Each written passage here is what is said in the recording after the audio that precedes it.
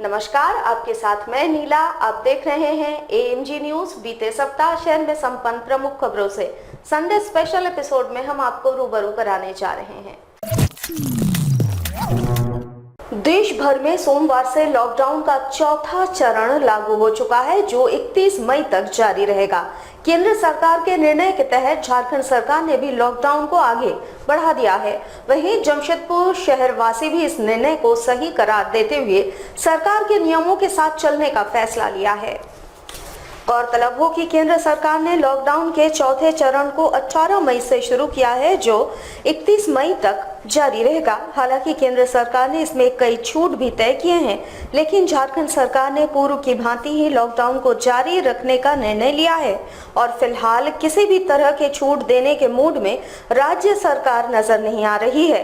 ऐसे में जमशेदपुर शहर के लोगों ने राज्य सरकार के निर्णय का स्वागत किया है और सरकार के फैसले को सही करार दिया है। शहर वासियों ने लॉकडाउन 4 के विषय में कहा है कि सरकार के पास जितने संसाधन उपलब्ध हैं, उसमें लॉकडाउन अति आवश्यक है, क्योंकि अगर ये महामारी ज्यादा फैल गई तो इस पर काबू पाना मुश्किल हो जाएगा। लोगों के अनुसार सोशल डिस्टेंसिंग ही इसका एकमात्र उपाय है और इसके लिए लॉकडाउन जरूरी है। वहीं लोगों का ये भी कहना है कि राज्य में जितने भी मरीज कोरोना के बढ़े हैं, वो बाहर से आए लोग हैं। ऐसे में जिला प्रशासन को ये ध्यान देना होगा कि बाहर से जो भी लोग आए वो सरकार के नियमों का पालन करे और क्वारंटाइन में रहे और उनकी स्वास्थ्य की जाँच लगातार हो, ताकि अगर कोई पॉजिटिव पाए जाए तो उनका इलाज हो सके, साथ ही ये महामारी फैलने से भी बच सके। झारखंड सरकार ने जो निर्णय लिया है चौथा लॉकडाउन में, वो बिल्कुल 100% सही है। कि जो बाहर से लोग आ रहे हैं, वो यहाँ आकर के जितने भी लोग आ रहे हैं उसमें मैक्सिमम वायरस लेकर आ रहे हैं। इस वजह से अभी लॉकडाउन को खोलने का मतलब है कि पूरी महामारी फैल जाएगी। इस महामारी से बचाने के लिए हमारे पास लॉकडाउन के सिवा कोई दूसरा रास्ता नहीं है। सरकार ने जो डिसीजन लिया है उसके साथ हम लोग 100% जनता साथ है। बिल्कुल सही निर्णय है, क्योंकि हमारे राज्य के अंदर संसाधनों की काफी कमी है। हम अपने औकात को, अपने संसाधन को देखते हुए हमारी सरकार ने जो निर्णय लिया है, बिल्कुल 100% सही निर्णय लिया है। हम इनका स्वागत करते हैं, वेलकम करते हैं। सोशल डिस्टेंसिंग को मेंटेन किया जाए, मास्क लगाकर लोगों को निकलना चाहिए। अति आवश्यक नहीं हो तो घरों के अंदर ही रहें। अगर हम सरकार के गाइडलाइन में 100% अगर लॉकडाउन को मानेंगे और सोशल डिस्टेंसिंग का पालन करेंगे तो निश्चित रूप से ये राज्य और ये भारत इस महामारी से निश्चित रूप से जीतेगा। राज्य के पेयजल एवं स्वच्छता मंत्री मिथिलेश ठाकुर आज जमशेदपुर दौरे पर पहुंचे। इस दौरान मंत्री ने गोविंदपुर बागबेड़ा जलापूर्ति योजना का निरीक्षण किया। वैसे इस दौरान मंत्री ने योजना में कई त्रुटियां भी गिनाई। मंत्री ने बताया ये एक बेहद ही महत्वाकांक्षी योजना है, लेकिन संवेदक द्वारा परियोजना में लापरवाही बरती जा रही है। उन्होंने बताया कि परियोजना को लेकर स्थानीय विधायक ने विधानसभा में चर्चा भी की थी, साथ ही उन्हें पत्र लिखकर इसकी जांच किए जाने की मांग की थी। इसके अलावे स्थानीय लोगों ने भी योजना से संबंधित शिकायतें उन्हें ट्विटर के माध्यम से की है। वहीं मंत्री ने संवेदक को दिसंबर महीने तक का अल्टीमेटम दिया है, ताकि परियोजना से संबंधित सभी त्रुटियों को दूर कर लिया जा सके। साथ ही मंत्री ने चेतावनी भी दिया है कि अगर परियोजना से संबंधित किसी तरह की शिकायत उन्हें मिलती है तो संवेदक को ब्लैकलिस्ट कर दिया जा सकता है।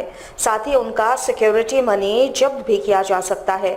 इसके पूर्व मंत्री से मिलने पहुंचे कांग्रेसी नेताओं व अन्य स्थानीय जनप्रतिनिधियों ने परियोजना से संबंधित शिकायतें उनसे की।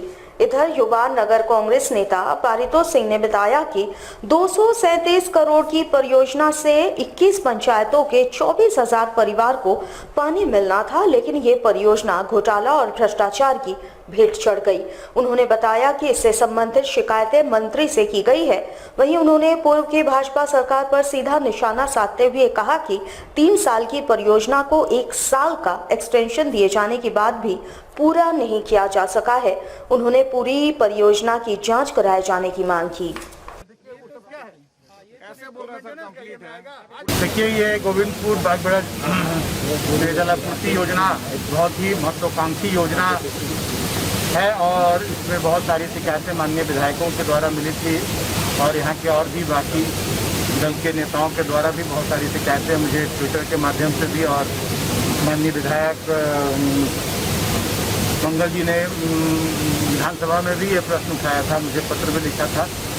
उसी के को मद्देनजर रखते हुए इस लॉकडाउन में भी लोगों को जल्द से जल्द शुद्ध पेयजल प्राप्त हो सके, आज मैं यहाँ दौरे पर आया हूँ। यहाँ पर एजेंसी की काफ़ी लापरवाही भी दिखी है। मैंने उन्हें चेतावनी दी है कि जो भी आपके द्वारा काम में कहीं भी लापरवाही है, जो भी सिविल वर्क में जहाँ जहाँ त्रुटियाँ पाई गई हैं, उनको तुरंत दुरुस्त करने का निर्देश दिया है मैंने। और दिसंबर तक इन्होंने कहा है कि जलापूर्ति योजना को हम संपूर्ण पूरा करके और हम कंप्लीशन का सर्टिफिकेट लेंगे। तो मैंने इन्हें दिसंबर तक का डेडलाइन दिया है कि दिसंबर में ये योजना को पूरी करके और जनता को समर्पित करने का काम करें। उसके बाद भी 5 साल का इनका मेंटेनेंस है, 5 साल इनको मेंटेन करना है एजेंसी को ही, ऐसा इनके।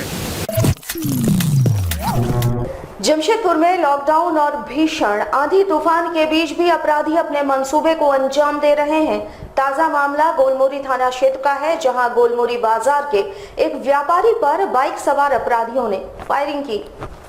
बताया जाता है कि रोज की तरह व्यापारी मनीष अग्रवाल सुबह अपने दुकान पर पहुंचे थे। दोपहर के वक्त बाइक सवार 2 अपराधी उनके दुकान के पास पहुंचे और उनके दुकान पर फायरिंग कर दी। हालांकि अपराधी अपने मंसूबे में कामयाब नहीं हुए और गोली दुकान के शटर पर जाकर लगी। 2 गोली चलने की सूचना मिली है। घटना के बाद अपराधी मौके से भागने में सफल रहे। इस घटना से क्षेत्र के व्यापारियों में हड़कंप मच गई है। इसकी सूचना पुलिस को दी गई। मौके पर सिटी डीएसपी अनुदीप सिंह दलबल के साथ पहुंचे और मामले की जांच में जुट गए। व्यापारी के अनुसार वे अपराधियों को पहचान नहीं पाए हैं। वैसे पुलिस पूरे मामले की जांच में जुटी हुई है। बोल के काउंटर में काम कर रहा था, बस बोल फायरिंग किया, शटर पे बोल किया कि जान मार देंगे, बोल किया कहना बोल के चमका किया। आज हुआ नहीं था, चोरी का केस हुआ था एक लड़का का। अच्छा, दोबारा एक बार फिर हुआ था तो आया था सिंचाई के साथ, मान लीजिए स्पॉट नहीं पड़ा गया। अभी 1.5 महीने दोनों वाली बात हम देखे नहीं हो, टाइगर मोबाइल देखे बोलते ना, हम कहाँ देखे तो इतना स्पीड में आया, चला गया। एक ही लोग आया और बाइकों में होगा तो पता जो फायरिंग हुआ है तो उसी की जांच में हम लोग आए हुए हैं। अभी जैसा लोग बताए थे कि 2 राउंड का सूचना मिला था, उसी में हम लोग आए हुए हैं। पूरा जांच कर रहे हैं, उसके बाद टोटल ब्रीफिंग करते हैं।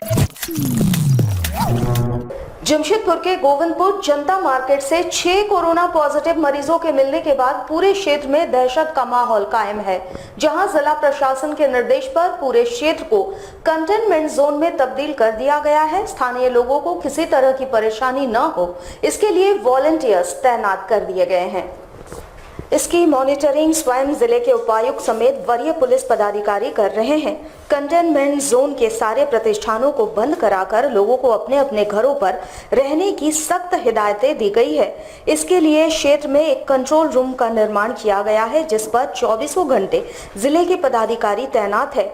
संक्रमण का खतरा न फैले, इसे ध्यान में रखकर जिला प्रशासन द्वारा एक घर का सर्वे कराया जा रहा है। इस कार्य में स्वास्थ्य कर्मी, आंगनवाड़ी कर्मचारियों को लगाया गया है। घरों पर रह रहे सारे लोगों के लिए जिला प्रशासन के द्वारा राशन उपलब्ध कराया जा रहा है। साथ ही कुछ वॉलंटियर्स तैनात कर दिए गए हैं, जिनके द्वारा कंटेनमेंट जोन के लोगों के लिए जरूरत के सामानों की आपूर्ति कराई जाएगी। ये कंटेनमेंट जोन में हम लोगों ने वॉलंटियर्स चिन्हित किए हैं और लगभग हर 10 घर पर एक वॉलंटियर चिन्हित किया गया है।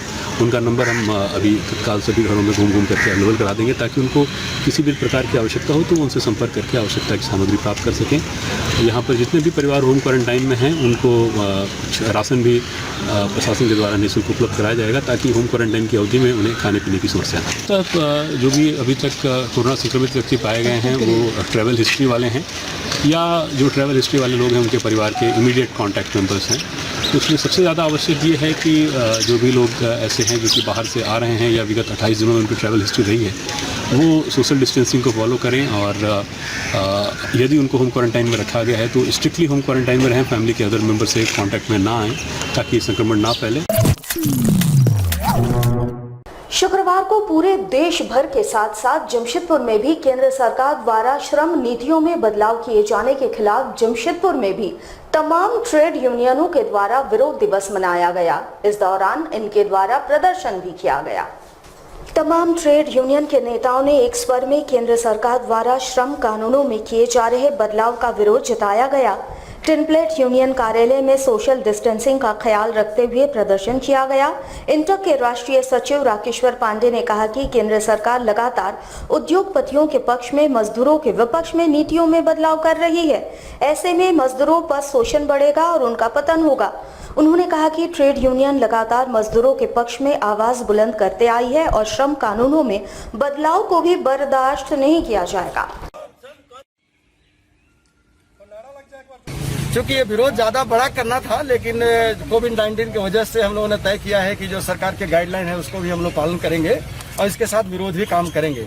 आप लोगों को सबको पता होगा कि 100 सालों में जो स्ट्रगल करके मजदूरों के लिए कुछ लेबर लॉ जो देश में बने थे, कुछ प्रोटेक्शन, कुछ सुविधा मिली थी, या कवच कह सकते हैं, कवच कुंडल हम लोगों का था, उसको धीरे धीरे सरकारें छीनती जा रही है। भारत की कुछ राज्य सरकारें, करीब 8 राज्य सरकारें, उत्तर प्रदेश, मध्य प्रदेश और गुजरात और ऐसे और गोवा, कई राज्य सरकारें क्या की है अभी कि उन लोगों ने जो लेबर लॉज बने हुए हैं उसको अगला 3 साल तक इनइफेक्टिव कर दिया है, सर्कुलर देकर गवर्नमेंट का कि अगला 3 सालों तक वे इफेक्ट में नहीं रहेंगे। इसका मतलब यह है कि अब खुलेआम जंगल राज हो गया इस देश में। इस हालात से हम लोग गुजर रहे हैं और ऐसी परिस्थिति हम लोगों ने पूरे भारत के ट्रेड यूनियन आंदोलन के जरिए हम लोग विरोध कर रहे हैं, प्रतिवाद कर रहे हैं इसका कि आप मालिकों का सपोर्ट करना बंद कीजिए, मालिकों के इशारा पर काम करना बंद कीजिए। देश की जनता, मजदूर, गरीब और जो प्रवासी मजदूर है जो रोड पर दर दर भटक रहा है अपने छोटे छोटे बच्चों को लेकर, उसका मदद करना शुरू कीजिए।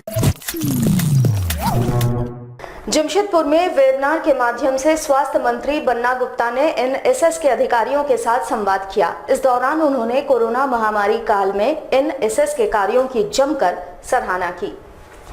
कोविड-19 को लेकर एनएसएस द्वारा आयोजित वेबिनार में सभी विश्वविद्यालयों के एनएसएस अधिकारियों से संवाद करते हुए स्वास्थ्य मंत्री श्री बन्ना गुप्ता ने एनएसएस के सभी स्वयंसेवकों को उनके समर्पित कार्यों की सराहना की। स्वास्थ्य मंत्री श्री बन्ना गुप्ता ने बताया कि देश के विभिन्न क्षेत्रों में एनएसएस के कार्यकर्ता अपनी महत्वपूर्ण भूमिका अदा कर रहे हैं, जिसकी जितनी प्रशंसा की जाए कम है। उन्होंने बताया कि सुदूर ग्रामीण क्षेत्रों में भी एनएसएस के स्वयंसेवक राहत कार्य चलाकर मानव सेवा में जुटे हैं। उन्होंने कहा कि आज युवा पीढ़ी एनएसएस के माध्यम से जो सेवा कर रही है वो उनकी राष्ट्रभक्ति को ही दर्शा रही है।